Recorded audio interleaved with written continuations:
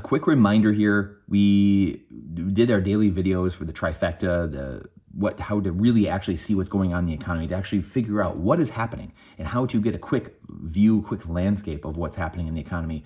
And the trifecta, which we used to talk about every single day, and I just figured, you know what, we're not going to keep going down that road. But the 10-year yields, the Dixie, the dollar relative strength, and the oil prices. These three really are the best ways to figure out what is actually happening in the economy. Because the stock market is what gets all the headlines, all the play, because it's really a distraction in a way. It's a way for people to get their money stolen, the retail dumb money, buy the smart money. The markets you really want to look at are the credit markets, the bond markets, the 10-year treasury, which is the bondage market, but call it what it is. We don't need to spend much time with that. All we need to figure out is what the liquidity is, which if you look at like M2, what the liquidity in the world or in the economy, in the U.S. economy is going into the market and coming out.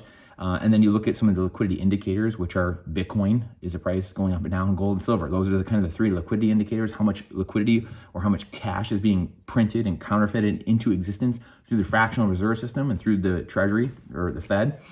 Those different liquidity indicators coupled with the big three, the trifecta, oil prices, the dollar relative strength, and the 10-year yield. And again, when the 10-year yield is going down, again, liquidity is generally going into the market and the bond prices are going up. We can see what's happening when we're looking at that.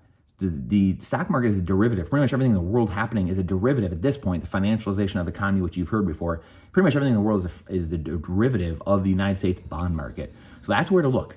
When you boil everything down, the United States bond market, credit market is here, and then everything comes down from there. So you have the United States 10-year treasury, the dollar relative strength, oil prices, and then you've got some liquidity measures. Like I said, you can look at like M2, you can look at Bitcoin, gold, and silver. You look at some of these liquidity indicators right there, and then everything else is really under that, to be totally honest. And I'm very simplifying this because people, I love the people out there, but the macro, the George Gammons of the world, I love all these different people. And, they talk about this stuff, the Joel Calasaris and, Lawrence Lepards. And I know a lot of these guys are unbelievable people. To me, it just, and they're managing money. Some of them are managing money and doing other things. So like that's the reason why they do it. But I'm talking from a lay person, like an average person perspective. You just don't need to know any of that stuff, quite honestly. That's the beauty of Bitcoin. The reason I got into Bitcoin is because you can Bitcoin and chill. And it sounds dumb as can be, and it sounds so ridiculous, but that's why it works, because it's a dumb money investment. There's a lot that goes into it. It's very nuanced, but you can just buy Bitcoin and chill, similar to how gold and silver were. But protecting your assets, protecting your wealth, protecting your time and energy is the most important thing anyone can do. And you cannot do that when you hold fiat currencies, dollars, pesos, yen, lira, renminbi, whatever it is. You cannot do that. The dollar ceased being money in 1971. Money has to be a store of value and backed by something. The dollar and any other fiat currencies are not backed by anything, so they're not stores of value. You cannot put your finite time and energy into an infinite liability and expect yourself to be wealthy over time. It's literally impossible. Good luck with that. So that's my reminder. That is just my quick reminder of some things to look for in a layman's term. Don't confuse things, because again, we all try to get into this crazy world of thinking about everything and this super complex thing. But, mom and dad don't care about that. Your brother and sister don't care about that stuff. Your cousin, your nephew, your friend, they don't care about getting into the macro of, the country of Sri Lanka and how the Belt and Road Initiative is going to work with China. No one cares. Literally no one cares. So we have to dumb things down. We have to simplify things and get away from the macro to truly understand what's happening and get the most amount of people educated and an understanding of what's happening in the world in the quickest, most simple fashions, using stories, using parables, using simple terms that make sense to the average person.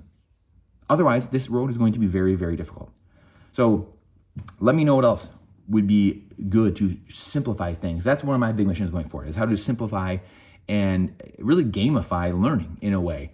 And this is what we're doing with Bitcoin trading cards. Bitcoin trading cards is a big part of that. We just gave a bunch of packs to people this week at Christmas time, stuff like that. People loving them, kids, 30-somethings, 50-something, 60-something-year-olds, people loving them, ripping packs and starting to read the back of the cards and light bulbs going off in their head. You have to start getting outside the box. Traditional school ain't doing the job, obviously. Media is not doing the job.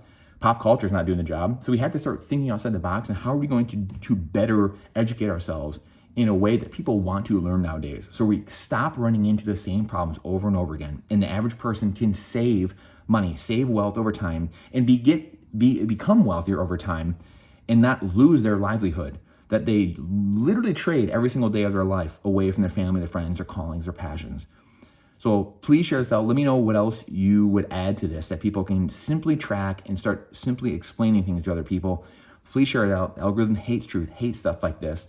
Question everything with boldness, even the existence of God himself. Trust but verify, and we'll see you on the next one.